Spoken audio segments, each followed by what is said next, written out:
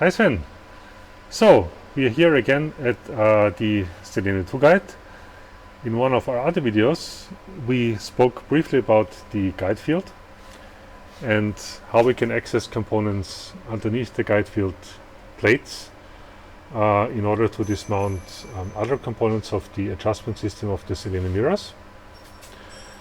And now we have done this job. We have removed the plates from the outside of the guide field, and all that's left here are now part of the magnets and some of these adjustment components for the mirrors. And what we can see here is that on the top side we have these adjustment components installed, and on the bottom side we don't. And I think that has to do with something that you mentioned in one of your other videos, that the ESTIA Selene guides are basically not really complete but can be upgraded at a later point with more mirrors. Is that correct? Yeah, that's right. So when we designed this Selene guide, we basically identified that when we designed those Selene guides, we received the order basically to design a system that can easily be upgraded from one beam path, which consists of vertical mirrors mounted on those kinematic mounts, and horizontal mirrors mounted on those kinematic mounts on top, to a second beam path with mirrors that would then be mounted here at the bottom. Therefore, when designing and then also ordering those components, we identified that especially for Selene Guide 1, it will be easy to access from the front side and put in the additional kinematic mounts, but it will be hard to access the back side. Therefore, we basically built the back sides of all kinematic mounts, but only the front sides for the mirrors that we built in the first place.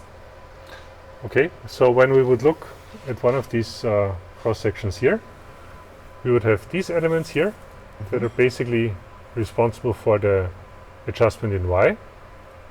We would have these elements here where the mirrors are basically hanging from the top and can be adjusted in Z.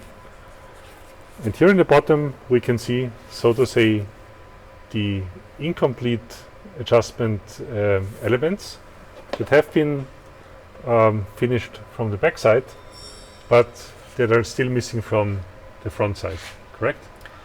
Almost correct. So when we imagine that we would hang a mirror in here, this box representing the mirror now, this mirror would be a little bit larger and it would be mounted to those 3 points. So those 3 kinematic points are spread up as far apart as possible. Now, when we think of the mirror here, of course, you can only drive in Y direction with each of these kinematic mounts. So if you move all those kinematic mounts simultaneously, you actually get a translation of the mirror.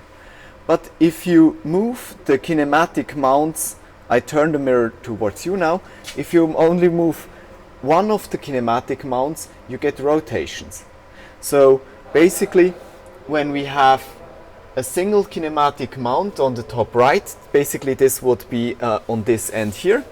If we push on that, we get the rotation about around Z or theta. If we push and then we put the kinematic mounts in order so the rotation axes are horizontal and vertical. So if we only push this, we get a rotation about Z, around Z. If we only move this, we get a rotation around around X, sorry. And that basically gives us 2 rotation axes additionally to the translation. And you can go back to the concept of how these mirrors interact with each other, and there you will find out that the rotations actually really matter for us in order to project the beam, incoming beam, from one focus point to the other focus point. Mhm. Thanks very much, Sven. I think it's worth to talk about these components in a separate video, and now is a really great time to have a look at them, because we're in the process of dismounting them from the carrier.